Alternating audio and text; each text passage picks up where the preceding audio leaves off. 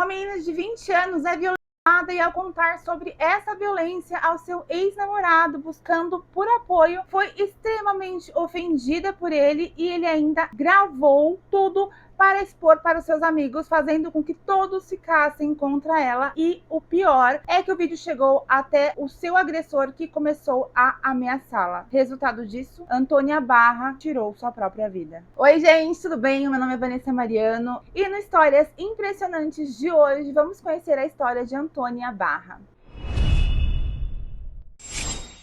Antônia Barra Parra tinha 20 anos e vivia na cidade de Temuco, no Chile. Todos diziam que ela era uma menina carinhosa e sempre preocupada com a sua família e amigos. Ela gostava de cantar e de dançar. Ela era uma estudante de engenharia comercial e era considerada uma das melhores alunas da sua universidade. Seus maiores sonhos era fazer um intercâmbio nos Estados Unidos para aprender o inglês, e esse sonho ela já iria completar no próximo verão, pois ela já tinha juntado todo o dinheiro que ela precisava para essa viagem. E o outro sonho era conhecer o mundo todo, viajar aí pelo mundo todo. Antônia com certeza teria um futuro maravilhoso e ela já sonhava muito com ele. No dia 17 de setembro de 2019, vésperas dos feriados para a comemoração das Fiestas Pátrias, que são 2 dias muito importantes para os chilenos, onde eles comemoram no dia 18 o Dia da Independência do Chile e no dia 19 eles homenageiam como o Dia da Glória do Exército.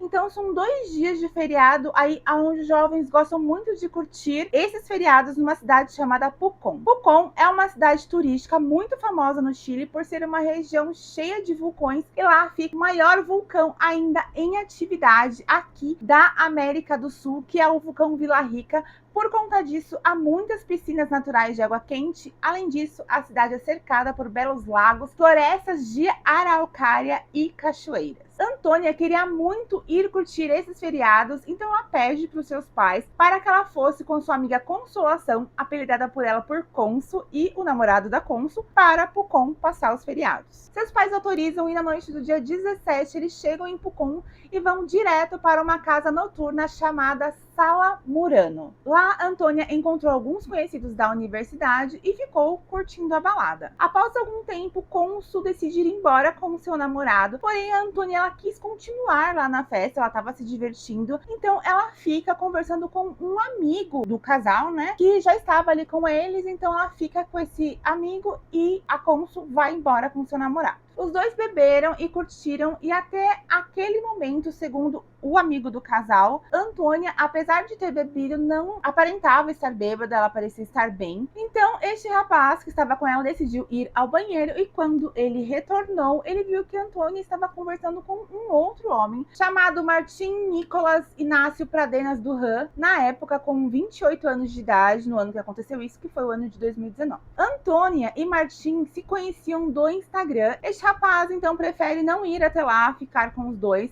mas ficou de olho. De repente os dois saem do campo de visão dele e ele fica um tempo sem ver a Antônia. Meu pai.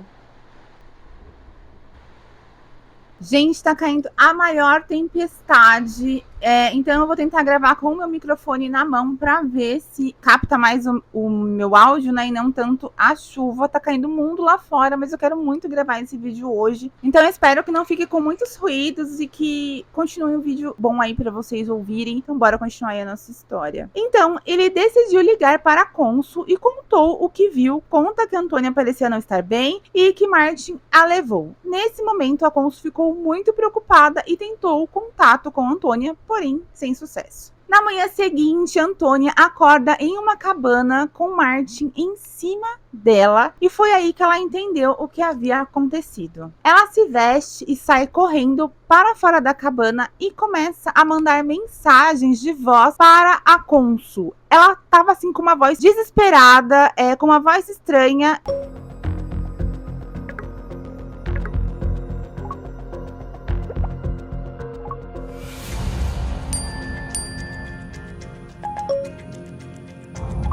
Bueno, búscame, please, no me dejes sola.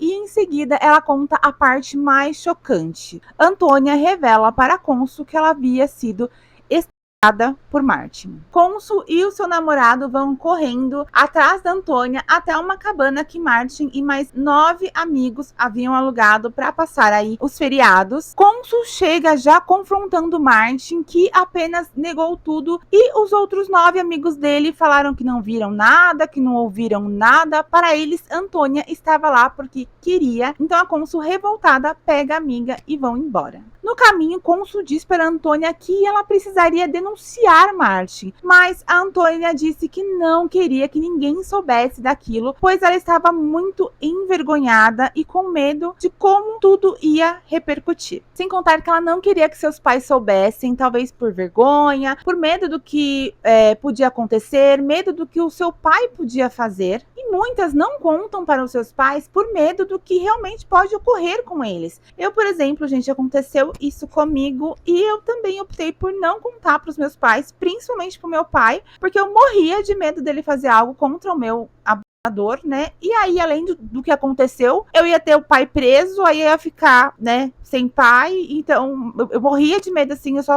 imaginava que meu pai seria preso. Então, eu nunca contei pra ele, ele morreu sem saber. Mas eu acho que esse é um dos grandes medos também, das mulheres não contarem, né, pros seus pais, principalmente. E esse era um medo da Antônia. Bom, a única coisa que a Antônia diz para a amiga é que ela queria tomar um banho. Ela disse que se sentia, assim, muito suja. Imagina tudo o que passava na cabeça dela. Gente, sabemos que a mulher sempre acaba levando a culpa. As pessoas sempre desacreditam quando mulheres contam sobre o abuso. Antônia então voltou para casa e tentou continuar com a sua vida normal. Ela nunca disse nada, nem agiu diferente, e sua família não fazia ideia do que havia acontecido. Apesar de não demonstrar nada externamente, por dentro ela estava muito mal. Mal psicologicamente, emocionalmente, e alguns colegas da faculdade notaram que ela parecia assim um pouco desanimada, e eles pensaram que era somente o cansaço aí devido aos estudos. Foi aí que no dia 12 de outubro, menos de um mês após o ocorrido, Antônia decide ligar para o seu ex-namorado chamado Rodrigo Canário para desabafar e contar aí tudo o que aconteceu com ela, esperando aí receber apoio, compreensão. Mas em vez disso, Rodrigo começa a ofender ela, disse que ela era nojenta, muitos outros insultos. Machismo, né, gente? Ele não estava preocupado com o crime que a Antônia sofreu, e sim por ver o fato como uma relação com outro homem. Relação esta que não foi consensual, né, gente? Foi um crime. Eu vi uma psicóloga falando que a grande maioria dos homens abandonam suas mulheres ao saberem que elas foram abusadas. Eles simplesmente não conseguem conviver com isso. Infelizmente, além de abusada, muitas acabam aí abandonadas, né? Enfim, boy lixo que chamam hoje em dia, né, gente? Ah, mas o Rodrigo era o rei dos boys lixo, gente. Além dele insultar ela, ele estava gravando toda a conversa. Agora você me diz, pra que o cara estava gravando a conversa? Algo íntimo de uma mulher que foi violentada, que só estava pedindo compreensão, pra que gravar? Não dá pra entender. E quando a conversa acaba, ele decide pegar essa gravação e mandar para os seus amigos, que mandou para os seus amigos, que mandou para os seus outros amigos, e esse vídeo foi se espalhando. E pior, ele mandou esta gravação para uma moça que era namorada de um dos amigos do Martin, e esse amigo mostrou a gravação para o Martin. Em pouco tempo, essa gravação já havia se espalhado e o que Antônia mais temia aconteceu. Ela foi exposta e passou a ser julgada pelas pessoas. Martin, após ouvir a gravação, ele entra em contato com a Antônia e começa a ameaçar ela. Ele disse que nada aconteceu da forma como ela disse, que tudo que aconteceu entre eles foi com o consentimento dela. Antônia passou a ser julgada como mentirosa. Ninguém, além de Consul, a apoiou. E saber que, além de ter sido estuprada, seu ex, que foi a única pessoa que ela teve coragem de contar, a insultou e a expôs para todo mundo. Tudo isso, gente, foi um gatilho para o que Antônia viria a fazer. No dia seguinte, dia 13 de outubro de 2019, ela entrou novamente em contato com o seu ex-namorado. Ela liga para ele para se despedir e, em seguida, a Antônia, ela tira sua própria vida. Sua irmã Carla se relembrou em detalhes aquele dia trágico. O corpo da minha irmã estava deitado no segundo andar, frio, rodeado de lágrimas, tristeza e desolação. Minha mãe em choque, ajoelhada ao lado de Antônia. Eu fazendo manobras de ressuscitação, implorando para ela e Deus voltarem para não nos deixarem. Tive que dar a pior notícia para todos, para meu irmão que não estava na cidade, para o meu pai que naquele momento estava na estrada voltando para casa após uma viagem, minha avó chorando, minha irmã mais nova gritando e minha irmã Cata, que estava grávida, desmaiou quando chegou na nossa casa. Carla lembrou que quando chegou o momento em que tiveram que levantar o corpo da sua irmã, foi ainda mais terrível. Eles deixaram ela em uma bolsa mortuária e ela não queria que a sua irmã fosse levada, ela não queria que a sua irmã fosse retirada de casa. Ela disse: é uma história crua, uma experiência horrível que ainda não termina e não vai acabar. E eu não quero que você viva o que aconteceu com Antônia ou a dor causada por sua partida e saber tudo o que ela sofreu. Sentimos sua falta todos os dias e noites. Gente, quando o pai da Antônia chegou e viu aquilo, ele já tinha a absoluta certeza que algo muito grave tinha acontecido para Antônia fazer aquilo. Então, apesar da dor, ele pega o celular dela e vê todas as conversas, áudios, e logo os amigos dela também começaram a chegar e contam para ele o que havia acontecido. O senhor Alexandre sabia que nada traria sua filha de volta, mas ele estava determinado a fazer justiça e que isso não ia ficar assim. Então, ele e sua esposa decidiram denunciar Martin por estupro no dia 3 de dezembro, dia do aniversário da Antônia, que ela completaria aí 21 anos. Justicia para Antônia e para todas. O caso rapidamente se tornou midiático e muitas mobilizações começaram a ser realizadas em todo o Chile para exigir justiça por Antônia. Tudo que estava no celular de Antônia foi usado na construção de um processo contra o Martin. Com toda essa mídia e divulgação do caso, mais 5 mulheres afirmaram ter sido agredidas por Martin. Os casos envolvem estupro e outros tipos de abuso sexual e ocorreram entre novembro de 2010 e setembro de 2019, sendo o mais grave ocorrido em 2013, aonde a vítima era uma menina de apenas 13 anos na época, e o último caso foi o de 2019, que é o caso da Antônia. Ou seja, gente, esse Martin era sim um criminoso. Porém, mais histórias impressionantes surgiram sobre ele. O canal de televisão Chilevisión teve acesso a uma reportagem da Brigada de Crimes Sexuais de Temuco, aonde são narrados diferentes comportamentos sexuais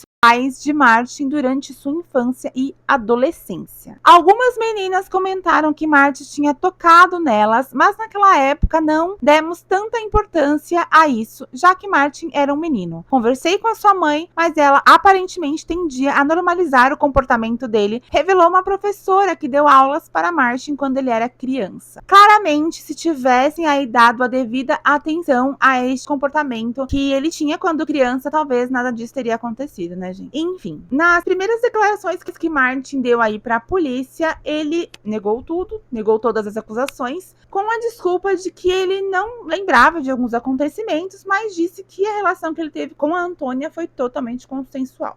Então, em 5 de maio de 2020, a promotoria pediu para formalizar um processo contra Martin, aonde ele foi acusado por 6 crimes de abuso sexual, sendo o caso de Antônia e aqueles 5 casos daquelas mulheres, e uma audiência foi marcada para o dia 21 de julho de 2020. No dia 17 de julho, Martin fez uma declaração pública através de um canal do YouTube em uma espécie de entrevista aí, e nesse vídeo ele diz que ele era inocente, que ele não fez nada contra a vontade da Antônia. Ele também negou completamente que teria abusado dela e das outras meninas, e ainda disse que ele sairia bem do julgamento porque ele era inocente.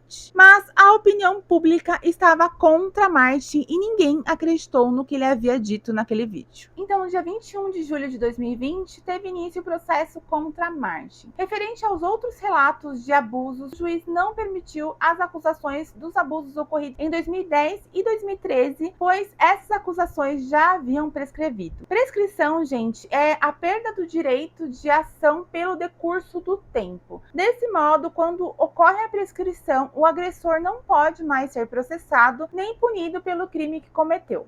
Como no Chile os crimes sexuais prescreviam após 5 anos, Martin não teria que responder por esses 2 crimes. No Brasil, gente, o prazo de prescrição é de 20 anos. Porém, se o caso aconteceu com uma pessoa menor de 18 anos, o prazo ele passa a contar depois que a pessoa fizer 18 anos. Então, só começa a contar depois que ela faz 18 anos. Aí conta os 20 anos, entendeu? E, gente, eu soube disso contando o que havia acontecido comigo, né, pra uma amiga minha que era estudante de Direito. E ela me contou sobre isso e, tipo, me fez tão boom na minha cabeça na época, porque eu pensei assim, meu, eu ainda posso fazer algo contra ele, eu ainda posso fazer algo contra o meu abusador, mesmo tendo passado tantos anos. Mas essa é uma história para um outro vídeo. Se vocês quiserem que eu conte essa história, deixem aqui nos comentários que eu posso trazer aí o meu relato pessoal. Bom, quanto aos outros 3 crimes, as acusações também não foram aceitas porque não haviam provas suficientes de que os crimes realmente ocorreram. Ou seja, era somente a palavra das vítimas e para o juiz a palavra delas não valia de nada.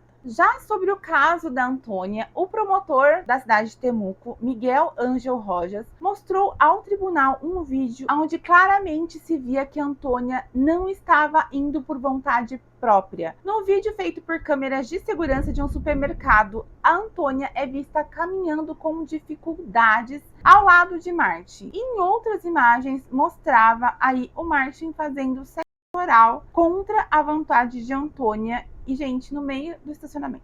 Karina Hartmann, responsável pelas câmeras de segurança aí do supermercado, disse: eles ficaram em um canto onde o rapaz queria ter intimidade com a menina, ela estava muito bêbada e dava para perceber que ela não queria. Já aí o advogado do Martin, Gaspar Calderon, sustentou nesta audiência que Antônia estava bem e que saiu com ele por vontade própria. Ele diz: ninguém atirou à força, ninguém a empurra, ninguém a sequestra. E ainda completou dizendo que a Antônia e Martin estavam indo de mãos dadas e que ela estava indo com ele por vontade própria. E não é que para o excelentíssimo senhor juiz Frederico Gutierrez, Antônia estava sim indo por vontade própria com Martin para a cabana e que nada naquelas imagens demonstrava que Martin havia forçado ela a qualquer coisa. Ele diz: só vejo um casal andando. Absurdo, gente. Sério. Vocês viram, tem até trovão aqui, não sei se deu para vocês escutar, mas até o tempo não...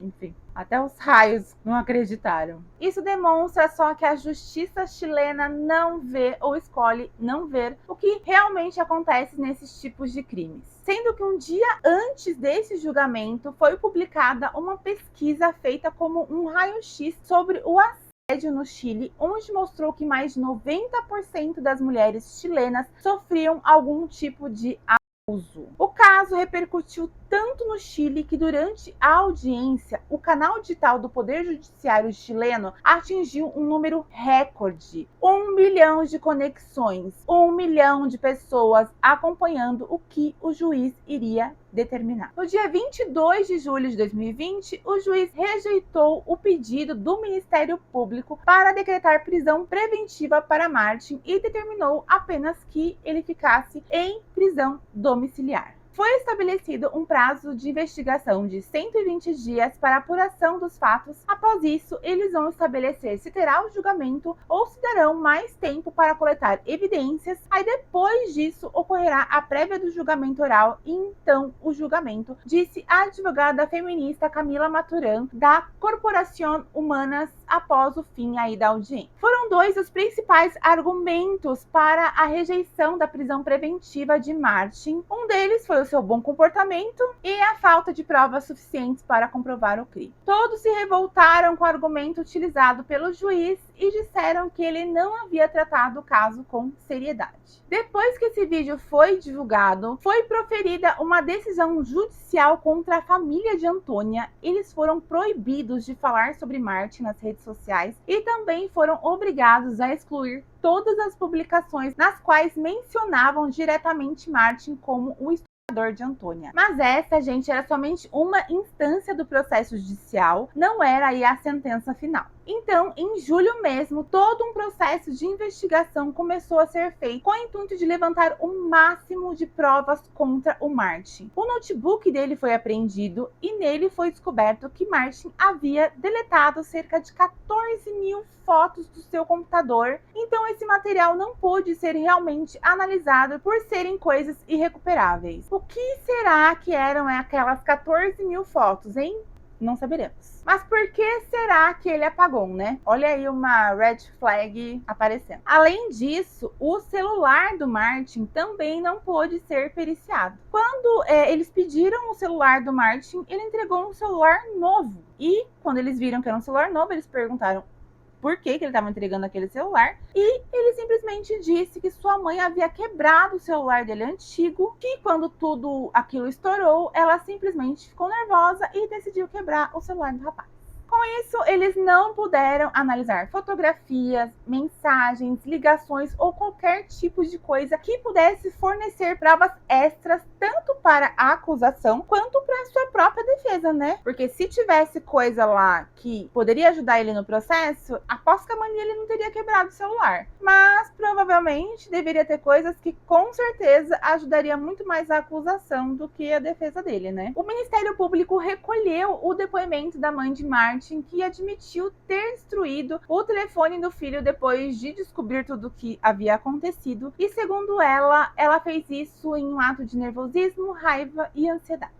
A família da Antônia solicitou uma perícia na conta do Martin no Instagram. O senhor Alejandro, gente, a pronúncia do nome do pai da Antônia é Alejandro e no começo do vídeo eu falei Alexandre, mas me perdoa, eu escrevi errado da primeira vez e depois vi que a forma correta é Alejandro. O senhor Alejandro, então, pai da Antônia, disse: por que alguém inocente apaga tudo o que está no seu Instagram? Até isso, Martin tinha feito, gente. Uma outra coisa que pegava contra o Martin era porque ele ligou para Antônia, ligação essa que foi gravada às 22h07 do dia 12 de outubro, horas antes dela tirar a própria vida. Porque eles não tinham o celular antigo do Martin, mas eles tinham o celular da Antônia e viram essa ligação. Após muitas análises dos dados do computador e do novo celular, foi obtido um áudio em que o acusado reconhece que se infiltrou usando o nome de uma mulher em grupos feministas do Facebook e WhatsApp para saber que tipos de ações elas estavam planejando contra ele e sua família. O fato aí da prisão preventiva não ter sido emitida provocou uma avalanche de repúdio nas redes sociais e ele então criou esse perfil falso para estar aí dentro desses grupos e saber o que elas estavam planejando, o que elas iriam fazer. Em várias partes do país, grupos de mulheres participavam da convocação do coletivo feminista Las Tesses. Las Tesses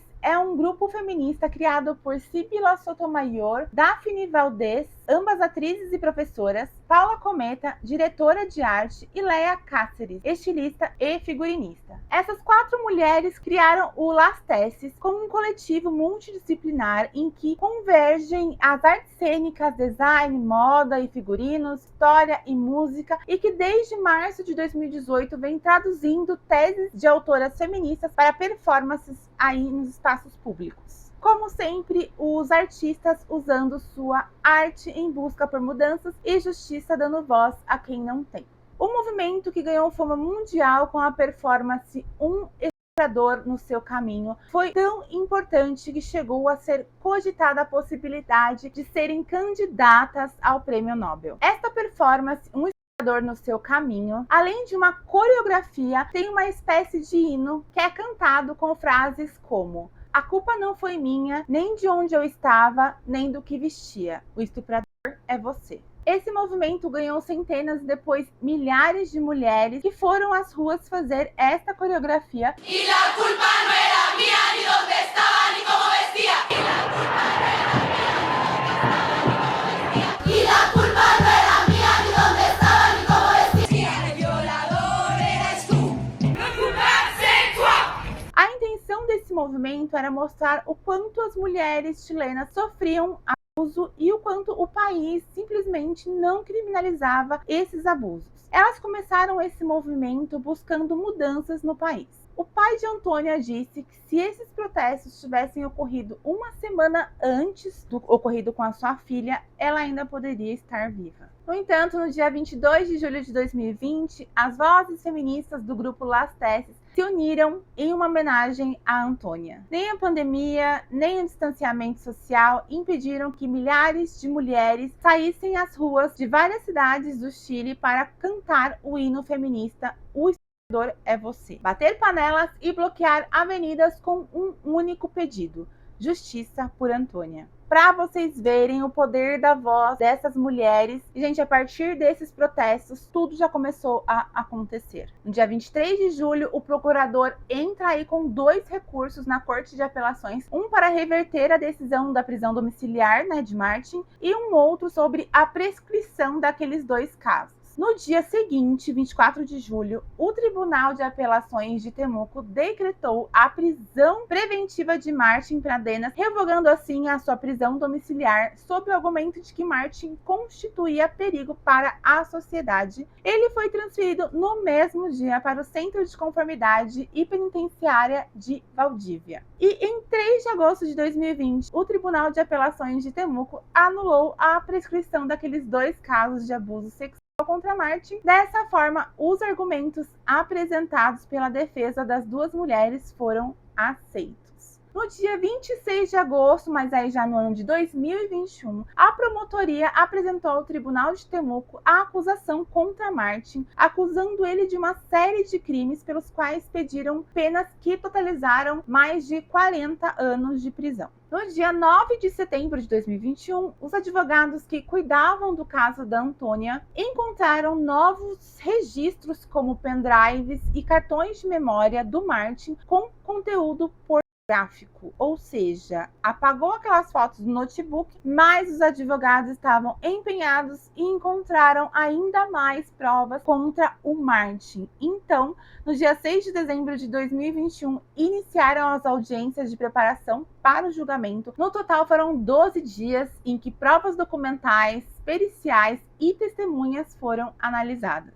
No dia 11 de janeiro de 2022, essas audiências para a preparação do julgamento foram concluídas. O magistrado da Vara de Garantia de Temuco, Alfredo Cox, rejeitou o pedido da defesa de Martin para mudar a prisão preventiva para a prisão domiciliar. No total, a defesa do Martin tentou 7 vezes que a prisão dele fosse revogada e que ele voltasse para a prisão domiciliar, mas todas as vezes foram negadas. No dia 14 de junho de 2022, o julgamento mesmo começa na Vara de Instrução Criminal de Temuco. O julgamento durou dias, todo o exposto por ambas as partes foram analisados.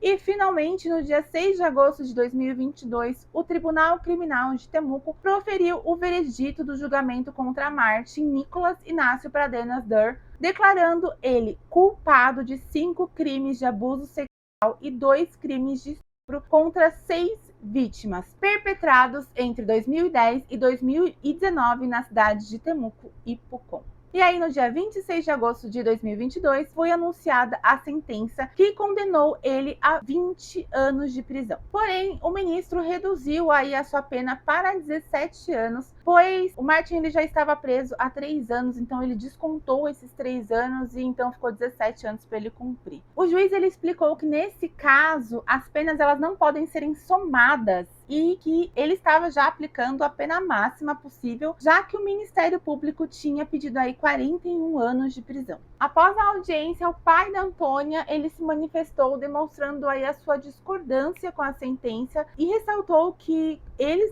como autores do processo, fizeram tudo o que estava ao alcance deles, mas que infelizmente eles não conseguiram um tempo de pena maior. Mas a maior preocupação dele também era sobre o que se entende como sociedade e que eles deviam continuar a educar as pessoas como sociedade. Ele disse: queremos que os outros advogados, as outras vítimas, continuem ousando denunciar, porque isso permite que os juízes, a polícia e o Ministério Público realmente façam um trabalho com uma perspectiva de gênero e não fiquem só no papel, disse ele. Bom, julgamento terminado, ele iria ficar 17 anos preso, então será que finalmente a família da Antônia poderia seguir sua vida? Afinal, gente, o crime aconteceu em 2019 e já estávamos aí em 2022. E a resposta é não. No dia 29 de dezembro de 2022, a Suprema Corte do Chile anulou o julgamento contra Martín após a defesa dele alegar falta de imparcialidade por parte de um dos juízes em razão de comentários que ele fez sobre o caso nas suas redes sociais durante a realização do julgamento, o que deixa uma das partes, no caso a do réu, em uma posição desfavorável.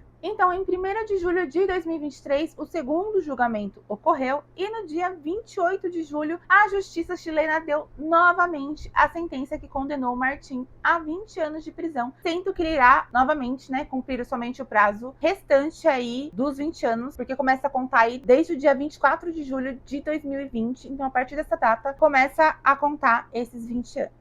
Apesar aí da tentativa da defesa de Martín, nada mudou e o resultado do segundo julgamento foi o mesmo do primeiro.